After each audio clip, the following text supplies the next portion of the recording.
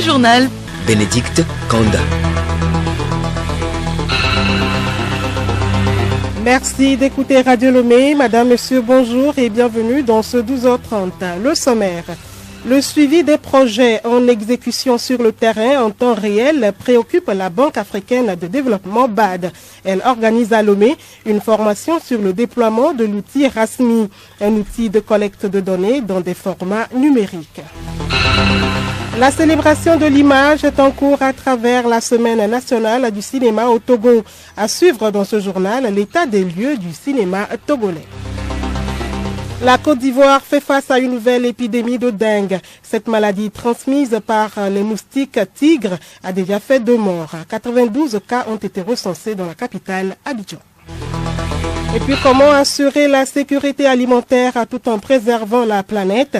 La question est au cœur du sommet des Nations Unies en Italie. Il s'agit à terme de produire et de consommer de manière plus durable.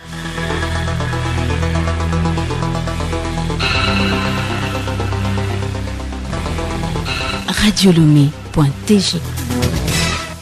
Encore une fois, bienvenue dans ce journal. Suivre l'évolution des projets à distance pour leur meilleure exécution, c'est le contenu d'une formation de 3 jours à Lomé. Elle est initiée par la Banque africaine de développement BAD. Ces projets financés par la banque bénéficient donc de nouvelles technologies. Hervé Segboni. Pendant ces 3 jours de formation, les participants vont avoir les compétences nécessaires pour l'utilisation de l'outil RASMI. Wilfried Abiola, responsable pays du groupe de la Banque africaine de développement.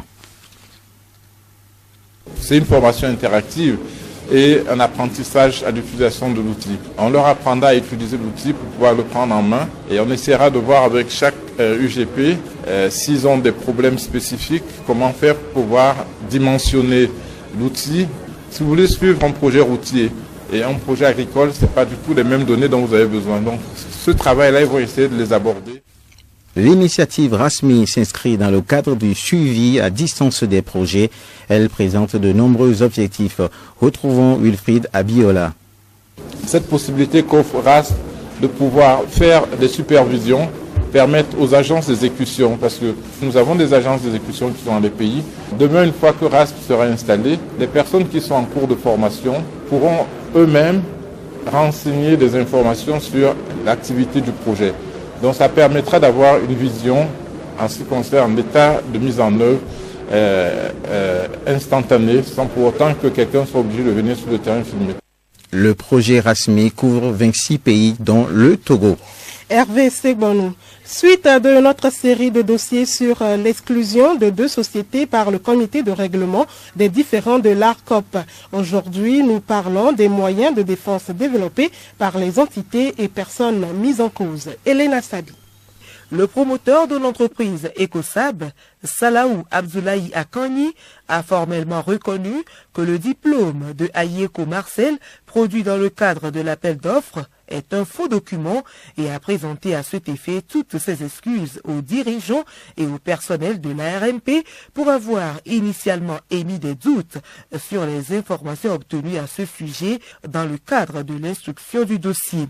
Il a ajouté que lui et son partenaire Globex Construction ont tous été floués par le nommé Ayeko Marcel qui, suite à la découverte du caractère faux de son diplôme, a nié les faits avant de se rebiffer lorsque leur avocat a saisi à son tour l'école supérieure polytechnique de Dakar qui lui a confirmé le faux.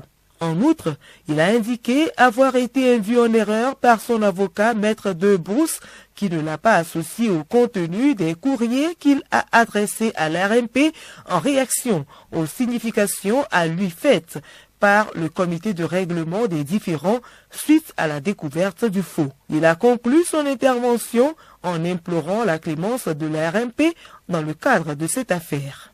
De son côté, Nikema Abdul Aziz a déclaré avoir agi par procuration au nom et pour le compte du promoteur de l'entreprise Globex Construction. Kanazoe Isaka a également reconnu que le diplôme de Ayeko Marcel est un faux document avant d'ajouter qu'il le connaît bien pour avoir depuis 2015 travaillé avec lui au sein de l'entreprise Globex Construction. Il a poursuivi que depuis la découverte des faits de faux, le concerné a sollicité un congé et est rentré chez lui au Bénin. Nikema a précisé que le nommé Ayeko Marcel a consenti à être proposé au sein du personnel clé du groupement. Pour finir, Nikema a également imploré la clémence de l'ARMP dans le cadre de cette affaire qui, dit-il, les a tous surpris puisqu'ils n'ont jamais su que le diplôme du concerné était faux depuis toutes ces années qu'il travaille avec eux. Merci à vous, Elena Sabi. Parlons toujours de diplômes. Les résultats du bac 2 ont été proclamés hier. Ils sont nombreux à avoir réussi cette année. Parmi les candidats à cet examen, certains passent l'oral. Cet exercice consiste à répondre aux questions du jury dans certaines matières. Une équipe de Radio Lomé a fait un tour au lycée de Tocoin 1 à Lomé. Reportage Florent Abi et Clarisse Tambité. Ils sont 9h52 dans ce lycée frais et couvert d'arbres. Kola Seba et Sogla, 17 ans, 1m70, teint clair, toute souriante, vient de sortir d'une salle où se déroulent les épreuves orales. Elle est candidate en série C où les mathématiques sont dosées. Elle livre ses impressions. Bon, il y avait en partie de la joie et un peu de déception, parce que je suis sortie admissible. Je pense que c'est la physique, parce que c'est là-bas que j'ai quelques difficultés. C'est là-bas que je ne maîtrise pas beaucoup de chapitres. Je viens de faire les mathématiques, la physique et l'anglais. Ça s'est bien passé quand même.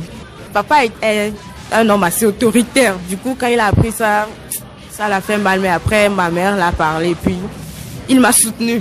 La chance a souri à Aweso Mathias Hodabalo, 39 ans, fonctionnaire. Après 2 échecs, il est heureux de réussir. C'est une joie. On remercie le Tout-Puissant de nous avoir conduits tout au long des épreuves. C'est pas facile. Avec l'âge aussi, nous sommes arrivés. J'ai besoin de ça pour galoper. Donc, c'est pour avoir des échelons au service. Et c'est surtout ma femme qui m'a encouragé de repasser. Premièrement, j'ai fait l'anglais. Ensuite, c'est la philosophie, le français et la philo. Le taux de réussite a augmenté cette année, surtout en série C au lycée de Tocoin 1. Mais sans Komla, proviseur du dit lycée. Il y a plus d'admis que d'admissibles. Au niveau de la série C, c'est autour de 95% taux de réussite. Les Ourdons ont presque tous réussi, admis d'emblée. Que feront les autres après leur succès au bac 2? Cette question préoccupe à présent les bacheliers.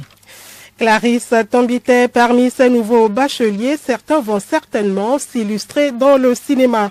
De plus en plus, les pays vont à la conquête du monde à travers leur cinéma. La Semaine nationale du cinéma togolais a démarré depuis samedi à Lomé.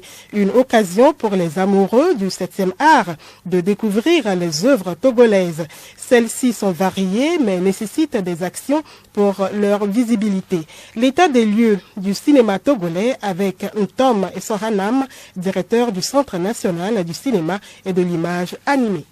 Je suis fier de dire que le cinéma togolais se porte très bien. Peut-être que je vais surprendre certaines personnes. D'autres se posent la question de savoir est-ce qu'il existe même un cinéma togolais. Mais je vous assure que depuis un certain temps, nous avons des acteurs du cinéma qui font vraiment la fierté du Togo et qui créent spontanément. Et depuis 2 ans, vous aurez constaté avec nous la sortie de plusieurs films.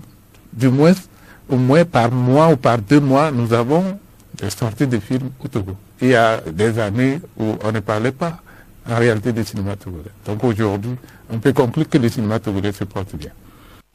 Restons toujours avec le directeur Ntom pour découvrir les efforts faits dans le domaine de la cinématographie au Togo. Le gouvernement essaie de faire sa part. Les conditions juridiques sont déjà mises en place, en parlant déjà de la loi qui a été votée, en parlant aussi des décrets qui ont été adoptés, votés par le gouvernement. Et donc aujourd'hui, désormais, les cinéastes ont la voie balisée pour produire. C'est vrai qu'aujourd'hui, il y a encore des résistances qui persistent par rapport aux finances. Il est créé un fonds, et ce fonds est en train de se mettre en place. Voyons à présent l'appréciation des Togolais sur le cinéma au Togo. Il se prononce au micro de Laure Sikangani. Actuellement, le cinéma togolais connaît vraiment du succès. Contrairement aux images et aux qualités que nous avions dans les temps jadis, et à ce que nous avions aujourd'hui. Il y a tellement de grands écarts de netteté. Et maintenant, les acteurs aussi deviennent un peu plus professionnels et les réalisateurs aussi qui sont tellement créatifs. Et donc, je peux dire qu'on fait de grands pas vers l'avant dans le cinéma togolais. Moi, le 7e art continue aujourd'hui. Je pense que nous sommes en évolution par rapport aux années précédentes. Nous avons beaucoup de production, de maisons de production, parce qu'avant, nous avons quelques-unes, mais aujourd'hui, nous avons beaucoup de maisons de production où les gens produisent des films. Je pense que le cinéma togolais est dans son enfance, mais peut grandir à être une industrie très réelle et forte et peut être en compétition avec nos voisins du Côte d'Ivoire, Bénin et tout le reste. Le cinéma togolais. Vous allez voir, par exemple, si je prends le cas des Ivoiriens, vous allez voir que quand ils sont sur scène, il y a une certaine motivation. Ils ne dandinent pas. Ils ont de la précision dans leurs actes. Il y a ça d'abord. Ça, c'est le premier. Secondo, chez nous, par exemple, ici, et quand nous sommes dans le cinéma togolais, vous allez voir que tout le personnel, ceux qui sont en scène, qui posent les actes, ils ne sont pas aussi imprégnés de ce qu'ils font. Il y a un manque, il y a un laisser-aller qui n'est pas aussi ferme comme ça. Le cinéma se retrouve également dans les fêtes traditionnelles. Les Guins poursuivent leur marche vers la prise de la pierre sacrée ou épée. Plusieurs rituels sont observés avant ce jour. L'une de ces étapes est Sedodo ou les interdits. En quoi consiste ce rituel? Huno Beibeza, haut dignitaire de la religion traditionnelle, s'exprime au micro de Pacom Johnson. Les habitants de juin, c'était les habitants du quartier et des environs immédiats. On veut rentrer dans une période de carême. Il y aura l'abstinence pour tout le peuple bien, l'interdiction des coups de sable, de tam-tam, tout est interdit. Et quand on dit abstinence, dans la période de carême, il faut prier, il faut demander pardon. Tout ce qu'on a eu à faire comme mal, comme péché, on demande le pardon de nos péchés à travers tous ces rituels avant d'aller à l'école. La suite de cette édition, le monde compte près de 8 milliards d'habitants. Comment nourrir cette population en ne détruisant pas la planète? Le sujet est au centre d'une rencontre de l'Organisation des Nations Unies, ONU, depuis ce matin à Rome, en Italie. Les participants sont des producteurs agricoles, des transformateurs et des commerçants de différents produits. Odette Pira. Il s'agit pour cette chaîne de production agricole d'échanger sur les bonnes pratiques pour produire et consommer de manière plus durable. Le sommet de 3 jours à Rome fait un inventaire des initiatives durables qui ont émergé depuis la dernière édition en 2021. Il est question de les mettre à disposition de tous les acteurs du secteur alimentaire.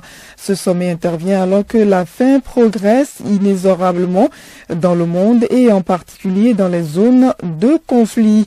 La population mondiale devrait culminer autour de 10 milliards et demi dans les années 2080. Pour nourrir ce monde, des défis doivent être relevés en termes de production alimentaire. Celle-ci a fait de gros progrès. Entre 1950 et 1970, la production de maïs a augmenté de 340% par exemple. Elle résulte de l'adoption de techniques agricoles modernes. La disponibilité alimentaire est dorénavant de 2700 calories et est supérieure au minimum fixé par la FAO. L'agriculture périurbaine apporte sa contribution à l'augmentation de la production alimentaire en apportant des fruits, des légumes ou des volailles pour les villes qui accueillent en permanence de nouveaux consommateurs. Cette agriculture n'est cependant qu'un complément de la production des campagnes. Merci à vous, Odette Pira. En Côte d'Ivoire et plus particulièrement à Abidjan, les autorités sanitaires ont déclaré la survenue d'une épidémie de dengue. 2 personnes ont succombé à cette maladie transmise par les moustiques.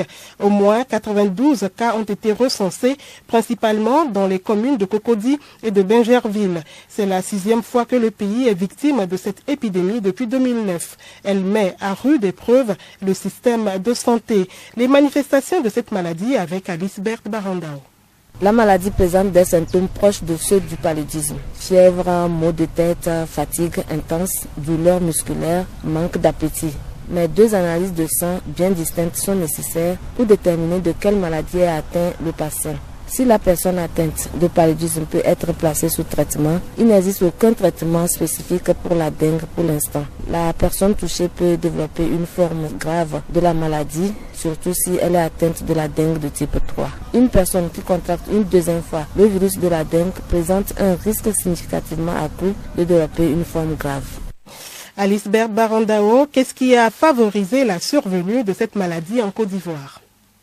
Les fortes pluies qui se sont abattues sur le pays pendant tout le mois de juillet ont favorisé la formation des gîtes larvaires, lieux de reproduction des moustiques tigres, vecteurs de la maladie. Pour éviter la propagation de la maladie, les autorités sanitaires conseillent d'assécher les eaux stagnantes ou d'éviter de garder non couverts les récipients contenant de l'eau, boîtes vides, pneus usés, pots de fleurs ou retenues d'eau des feuilles de bananier. Le ministère de la Santé a également lancé une campagne de démoustication par drone. Les engins volants répandent de l'insecticide sur les zones jugées difficilement accessibles. Ces précautions sont aussi valables chez nous au Togo. Tout à l'heure à 13h, vous allez suivre le magazine des sports. En voici le sommaire. Football féminin, le championnat national de première division était à l'honneur ce week-end. La poule A a égrené sa 4e journée, tandis que la 3e journée était au programme dans la poule B. La première phase du tournoi de l'Union, Trophée Fort Gnassingbé, a été lancée samedi dernier dans la préfecture d'Aguenivé sur le terrain communal de Legbasito. C'est la vice-présidente du parti UNIR, Memounatou Ibrahima, qui a donné le ton des hostilités. Coupe du monde en Nouvelle-Zélande et Australie 2023. Vous suivrez un zoom de l'arbitre international option centre, Vicencia Amedome, qui honore le Togo par sa participation. Et puis, championnat de volleyball du Togo, les ligues étaient en compétition ce week-end. Les classements sont à suivre à 13h avec Iawo Kamake. Et pour terminer, l'information insolite. En France, un ancien moniteur d'auto-école est poursuivi pour escroquerie.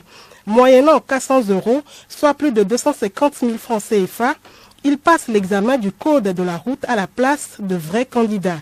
Sa petite entreprise ne connaissait pas de crise jusqu'à ce que la police vienne mettre le nez dans ses affaires.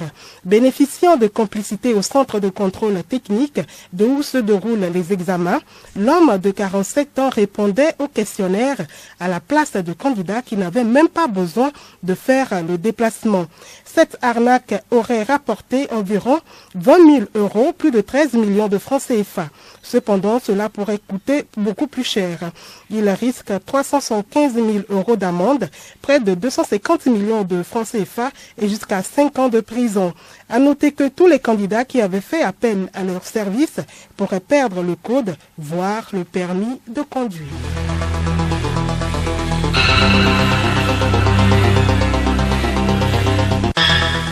Madame, Monsieur, voilà, ainsi se referme cette édition de la mi-journée. Merci de l'avoir suivi. Le rappel des titres qui l'ont constitué. Le suivi des projets en exécution sur le terrain en temps réel préoccupe la Banque africaine de développement BAD. Elle organise à Lomé une formation sur le déploiement de l'outil RASMI, un outil de collecte de données dans des formats numériques. La célébration de l'image est en cours à travers la Semaine nationale du cinéma au Togo. Vous avez suivi dans ce journal l'état des lieux du cinéma togolais. La Côte d'Ivoire fait face à une nouvelle épidémie de dengue. Cette maladie transmise par les moustiques tigres a déjà fait 2 morts. 92 cas ont été recensés dans la capitale Abidjan. Et puis comment assurer la sécurité alimentaire tout en préservant la planète? La question est au cœur du sommet des Nations Unies en Italie. Il s'agit à terme de produire et de consommer de manière plus durable. Bon après-midi à vous.